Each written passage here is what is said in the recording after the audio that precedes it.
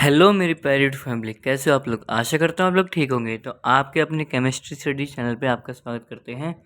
तो आज हमने आपके लिए लेके आए हैं वॉशिंग सोडा के बारे में। ठीक है। तो वॉशिंग सोडा आपको पता है कि क्या होता है कि जिसका जो केमिकल जो फॉर्मूला है Na2CO3.10H2O होता है। ठीक है। किससे बनता है? Sodium hydrogen carbonate. ये on heating decomposes to give sodium carbonate. भाई, सोडियम हाइड्रोजन कार्बोनेट मतलब कि सोडियम बाइकार्बोनेट जो होता है NaHCO3, इसको हम डिकम्पोज करेंगे तो डिकम्पोज करने पे क्या निकलते हैं, यहाँ से हमारी हाइड्रोजन जो गैस है वो रिलीज हो जाएगी। ठीक है। और recrystallisation of sodium carbonate produce washing soda. तो Na और CO3 की फॉर्मेशन होके Na2CO3 बना देता है और वहाँ से क्या है, क्रिस्टल फॉर्म में बनते हैं। ठीक है। उसी क्रिस्टल्स को क्या बोलेंगे हम? वॉशिंग सोडा बोलेंगे। तो NaHCO3 को हीट करा है, Na2CO3 मिला है, मतलब यहाँ पे 2 मोल्स लिए गए हैं इसके। ठीक है। और Na2CO3 फॉर्मेशन होने के बाद वाटर मॉलिक्यूल्स और कार्बन डाइऑक्साइड जो गैस है वो रिलीज हो जाएगी। Na2CO3 plus 10H2O। अब ये क्या है? वाटर। भाई, और एक्सेस अमाउंट में ले लिया वाटर। भाई, पहले अमाउंट हमारे कितने था वाटर का? 1 था। अभी 10 ले लिया तो 10 के साथ हमने क्या बना देगा अपने को? केमिकल जो फॉर्मूला रहता है Na2CO3.10H2O, जो कि आपका वॉशिंग सोडा का ही पूरी फॉर्मेशन कर देती है। ठीक है। और ये वॉशिंग सोडा का ही केमिकल फॉर्मूला है। अब इसके जो यूजेज होते हैं, किस किस में यूज़ कर सकते हैं? भाई, ग्लास में करेंगे, साबुन में करेंगे, सोप में, पेपर इंडस्ट्रीज़ में। मतलब कि जो आपके जो न्यूज़पेपर हो गए या फिर अपने जो ब्लैंक पेपर हो गए, उनकी इंडस्ट्रीज़ में वॉशिंग सोडा का यूज़ किया जाता है। आगे देखिए, employ in the manufacture of sodium compounds such as a borax. जो एम्प्लॉय है, क्या कह रहे हैं कि employ in the manufacture of sodium compounds. भाई, जो एम्प्लॉय सोडियम कंपाउंड को बनाते हों, ठीक है, वहाँ भी किस चीज़ का यूज़ किया जाता है? वॉशिंग सोडा का ही यूज़ किया जाता है। जैसे कि सच एज बोरेक्स, बोरेक्स भी यूज़ करते हैं। ठीक है। बोरेक्स से हमें क्या मिलता है? फिर वॉशिंग सोडा मिलता है। आगे देखिए, वाटर ऑफ क्रिस्टलाइजेशन के बारे में बात करते हैं। वाटर ऑफ क्रिस्टलाइजेशन क्या बोलता है कि water molecules which form A part of the structure of a crystal. तो क्या कह रहा है कि वाटर मॉलिक्यूल्स है, किसका पार्ट है? स्ट्रक्चर, क्रिस्टल के स्ट्रक्चर का एक पार्ट है। मतलब बहुत सारे क्रिस्टल्स है वाटर के, और वही एक तरह से वो उसको बोल सकते हैं वाटर क्रिस्टलाइजेशन। ठीक है। अच्छा, बनता कैसे है फिर ये? भाई, ये मैं बताऊँ कि क्रिस्टल फॉर्म में ही रहेगा वाटर। पहले तो नॉर्मल फॉर्म में था, उसको कंडीशंस, टेम्परेचर, प्रेशर्स लगा के हम उसको क्रिस्टल फॉर्म में अपने सामने रख सकते हैं, उनको अप्लाई कर सकते हैं कंडीशन, टेम्परेचर और प्रेशर। ठीक है। और क्रिस्टल क्रिस्टल के फॉर्म में अपने ये फॉर्मेशन हो जाएगी। नेक्स्ट पॉइंट देखिए, the salt which water of crystallisation are called hydrated salt. भाई, क्या कह रहे हैं? The salt which contain water. भाई, पानी के अंदर सॉल्ट मिलाते हैं। ठीक है। अब क्या कह रहे हैं कि पानी का जो क्रिस्टल है, क्रिस्टल फॉर्म में है, वो अपने सॉल्ट अगर उसमें मिक्स करेंगे तो कौन सा सॉल्ट बनेगा? अपना हाइड्रेटेड सॉल्ट मिलेगा। ठीक है। या फिर ये भी बोल सकते हो कि अपने नॉर्मल जो पानी रहता है उसमें एक्सेस अमाउंट में पानी की जगह अपने वहाँ पे सॉल्ट मिला दिया जाए, तो वो जो सॉल्ट क्या होता है, वो हाइड्रेटेड सॉल्ट ही कहलाता है। ठीक है। नेक्स्ट पॉइंट क्या है? Every hydrated salt has a mixed sorry every hydrated salt as a fixed number of molecules of crystallisation in one formula unit. वे क्या कह रहा है कि हर जो हाइड्रेटेड सॉल्ट है वो एक फिक्स नंबर की तरह है, उसके जो मॉलिक्यूल से फिक्स नंबर है, किसके अंदर?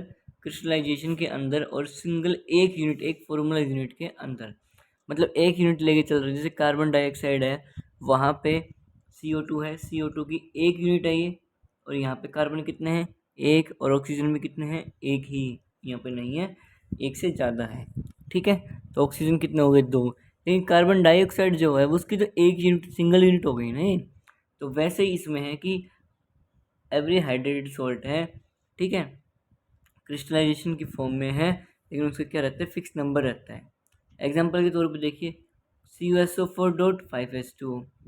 फिक्स नंबर एक तरह से इतना ही रहेगा। Na2CO3 डॉट NH2O, ठीक है, ये अपने वॉशिंग सोडा का फॉर्मूला हो गया। CaSO4 डॉट 5H2O और FeSO4 डॉट 7H2O, मतलब 5, 7 और 10, 5 जो H2O हैं ये फिक्स नंबर रहेंगे, ठीक है, और जो फॉर्मूला रहेगा वो भी क्या रहेगा, इनका फिक्स ही रहेगा। नेक्स्ट देखिए अगला जो पॉइंट क्या कह रहा है कि कॉपर सल्फेट का जो क्रिस्टल्स है, मतलब ये CuSO4 डॉट 5H2 है, ये किस फॉर्म में है भाई, क्रिस्टल फॉर्म में ही है, किसका, कॉपर सल्फेट का, जो कि हमें कौन सा कलर देता है, blue colour. And on heating strongly they lose all water crystallisation, और इसको हम अगर हीट करते हैं, ज़्यादा टेम्परेचर देते हैं, तो क्या काम करता है, कि वाटर की जो क्रिस्टलाइजेशन फॉर्म है वो लूज़ कर देता है, ठीक है, मतलब ये मान लीजिए क्रिस्टल फॉर्म इसकी ब्रेक डाउन हो जाती है वहाँ पे ज़्यादा टेम्परेचर देने से। आगे क्या बोल रहा है, and form anhydrous copper sulphate, और हमें क्या मिलता है, एनहाइड्रस फॉर्म में कॉपर सल्फेट मिलता है। मान लीजिए पहले किस फॉर्म में था, ये पहले क्रिस्टल की फॉर्म में था, बाद में किस में हो गया, एनहाइड्रस में हो गया, ठीक है। आगे देखिए बात करते हैं, विच इज़ वाइट, जो कौन सा कलर देता है, ब्लू से हमारे पास वाइट की फॉर्मेशन कर देगा, वाइट कलर शो करेगा फिर ये। On adding water to anhydrous copper sulphate it get hydrated and turns blue, अगर हम क्या करते हैं, पानी और मिलाते हैं कॉपर सल्फेट में, ठीक है, तो हमें क्या मिलता है, हाइड्रेटेड मिलते हैं, और इसका कलर क्या रहता है, ब्लू कलर ही रहता है, ठीक है, मतलब कि स्टार्टिंग की जो कंडीशन थी ब्लू थी, और दोबारा से इसमें वाटर मिला दिए तो क्रिस्टल की फॉर्मेशन हो जाएगी, और ये कौन सा कलर शो करेगा फिर, ब्लू। देखिए क्या बोल रहा है रिएक्शंस के दौरान कि copper sulphate CuSO4 dot 5H2O, ये कॉपर सल्फेट किसकी फॉर्म में, क्रिस्टल की फॉर्म में है, इसको हीट करा तो CuSO4 प्लस में 5H2, जो क्रिस्टलाइजेशन जो प्रोसेस थी उसके द्वारा हमने वाटर मॉलिक्यूल्स अलग निकाल लिए हैं, वाटर अलग निकाल लिया है, और तो 5H2O बाहर आ गया, ठीक है। दोबारा से अगर इसी रिएक्शन को कर से CuSO4 प्लस में 5H2O, तो वही अपना कॉपर सल्फेट क्रिस्टल की फॉर्म में दोबारा से कन्वर्ट हो जाएगा, जो कि कौन सा कलर शो करेगा, ब्लू कलर। इससे पहले कौन सा कलर शो कर रहा था रिएक्शन के बाद, वाइट कलर, ठीक है। तो ये थी वाटर ऑफ क्रिस्टलाइजेशन के बारे में। आगे देखिए बात करते हैं,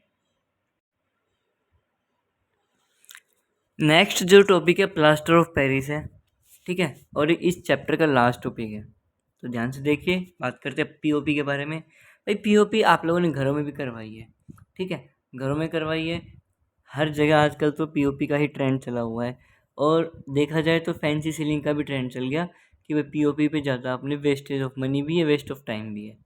तो पीओपी होती क्या है कि plaster of Paris is prepared by heating gypsum at 373 kelvin.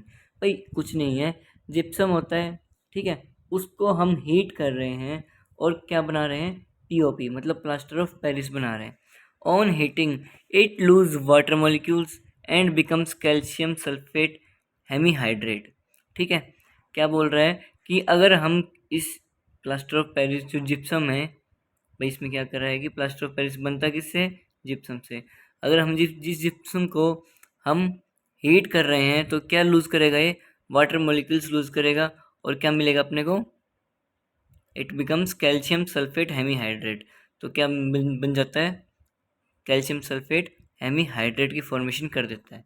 मतलब हेमी क्यों बोला यहाँ पे, एक तरह से ये मान लीजिए कि वाटर जो मॉलिक्यूल्स हैं वन मोनो से होके हाफ हो गया, हेमी हो गया, ठीक है, तो कैल्शियम सल्फेट हेमीहाइड्रेट बोल सकते हैं। Which is called plaster of Paris, ये इसका फॉर्मूला होता है प्लास्टर ऑफ पेरिस का, CaSO4 डॉट हाफ H2O, ठीक है, और जिप्सम का क्या होता है, CaSO4 डॉट 2H2O, मतलब कि वहाँ पे 2 रहेंगे, यहाँ पे हाफ रहेंगे, जिप्सम में और प्लास्टर ऑफ पेरिस में इतना ही फ़र्क है। और हीट करने के बाद हमारे पास क्या निकलती है, डेड वाटर मॉलिक्यूल्स बाहर निकल जाते हैं। आई बात समझ में, क्लियर है। तो देखिए नेक्स्ट यूजेस के बारे में बात करते हैं। Used in hospitals as a plaster for supporting fractured bone in the right position. क्या कह रहे हैं कि मान लो हड्डियाँ टूट जाती है, हड्डियाँ अगर टूट जाती है तो उसके दौरान क्या होता है, बाद में हम डॉक्टर के पास जाते हैं तो डॉक्टर पीओपी का ही यूज़ करके हमारी जो हड्डियाँ हैं वो फिक्स कर देता है, प्लास्टर अपने हाथ में लगा देता है, ठीक है। अगला क्या है, used as a fire proofing material, मतलब कि यूज़ किया जाता है कि कहाँ पे, फायर प्रूफिंग मटेरियल में। आई बात समझ में? मतलब वो मटेरियल जहाँ पे आग ना लग सके, ठीक है, उसमें ये प्लास्टर ऑफ पेरिस है ऐड किया जाता है। ठीक है, ये था आज का चैप्टर जो कि आपका कंप्लीट हो चुका है। अगर आपको ये वीडियो अच्छी लगी हो तो वीडियो को लाइक ज़रूर करें, ज़्यादा से ज़्यादा शेयर करें ताकि हेल्पफुल लोगों के पास ये इजीली पहुंच सके और वो अपनी एजुकेशन कंप्लीट कर सके।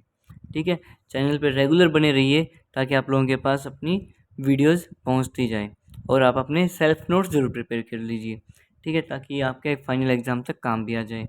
और सेकेंडली बताना चाहेंगे कि अगर आपने रेगुलर डे बाय डे अगर जो टॉपिक कर रहे हैं अगर वो रिवाइज़ कर लिया और हैंड रिटन नोट्स भी बना लिए तो आपको अच्छे मार्क्स आने से नॉलेज के साथ कोई नहीं रोक सकता। ठीक है, जल्दी आपके लिए थर्ड चैप्टर लेके आएंगे। अगर आपको वीडियो अच्छी लगी हो फिर से बोल रहे हैं लाइक कर लीजिए, सब्सक्राइब ज़रूर कीजिए चैनल और बेल आइकन को प्रेस कर लीजिए। Okay, thank you, have a nice day.